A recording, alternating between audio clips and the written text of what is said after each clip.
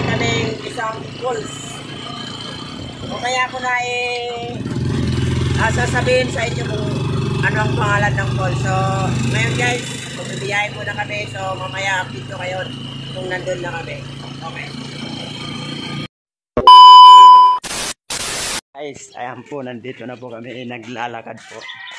So, pupuntahan po namin yung falls. So, lalakad ka na ba? Yan.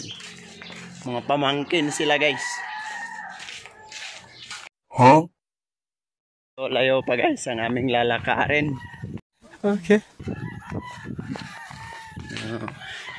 Ito guys, yung aking mga pamangkin galing to sa Maynila.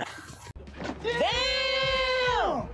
Gusto lang makita yung falls na sinasabi ko kanina. Hindi ko pa alam guys yung pangalan kung ano.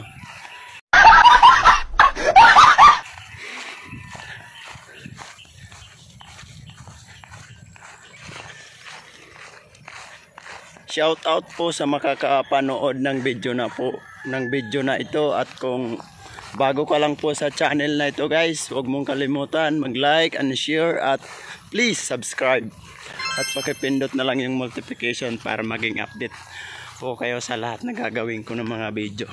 Kahit saan guys, pupuntahan yan. Ha? Pwede? What? What the f? Okay. Okay. Ay, yung mga ilog dito guys, ang lalaki. So ito guys, ano pa lang to, entrance. Entrance fee. Entrance fee guys, pero walang bayad.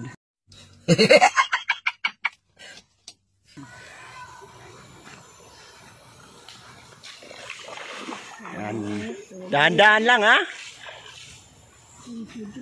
Okay, tawid.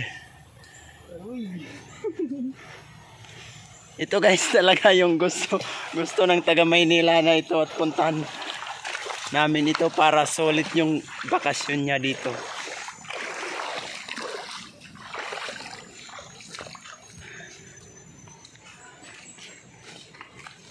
Ito pala yun guys. Ha? Amo ito? Oh sige, okay lang. Hindi ni babaw, okay naman ni. Oh, ito pala guys. Ang ganda guys ng water. Running water pala.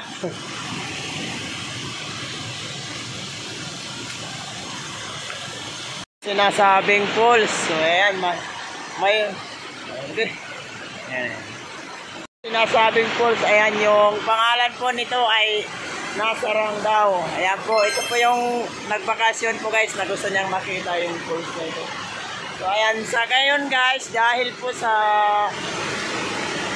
maulan, hindi po namin na abutan na malinaw yung tubig. So ngayon, ayan po yung itsura ng tubig dito. So maganda guys dahil napakalaking falls.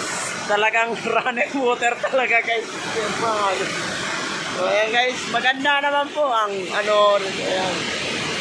Ayan doon po, at saka malawak guys.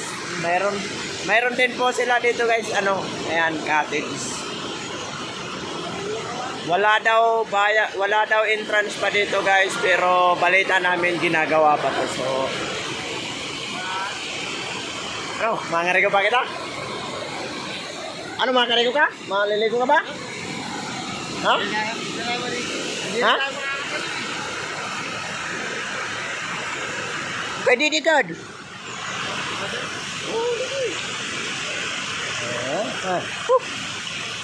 Masarap talaga guys pag, lalo na po pag galing ka po sa Maynila at nakita mo yung mga lugar ng mga ganito. So masarap sa pakiramdam. So tatanungin ko po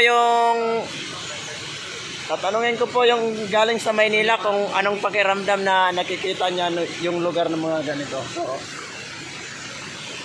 ito po si Aris Blanca, tatanungin po kita, ano po ang pakiramdam sa nakakapunta ka sa mga ganitong lugar, lalong-lalo na kung falls. Okay lang. Okay lang daw siya. So ano ang pakiramdam na Excited pagpunta ka sa ano eh. Nahiya pa, nahiya.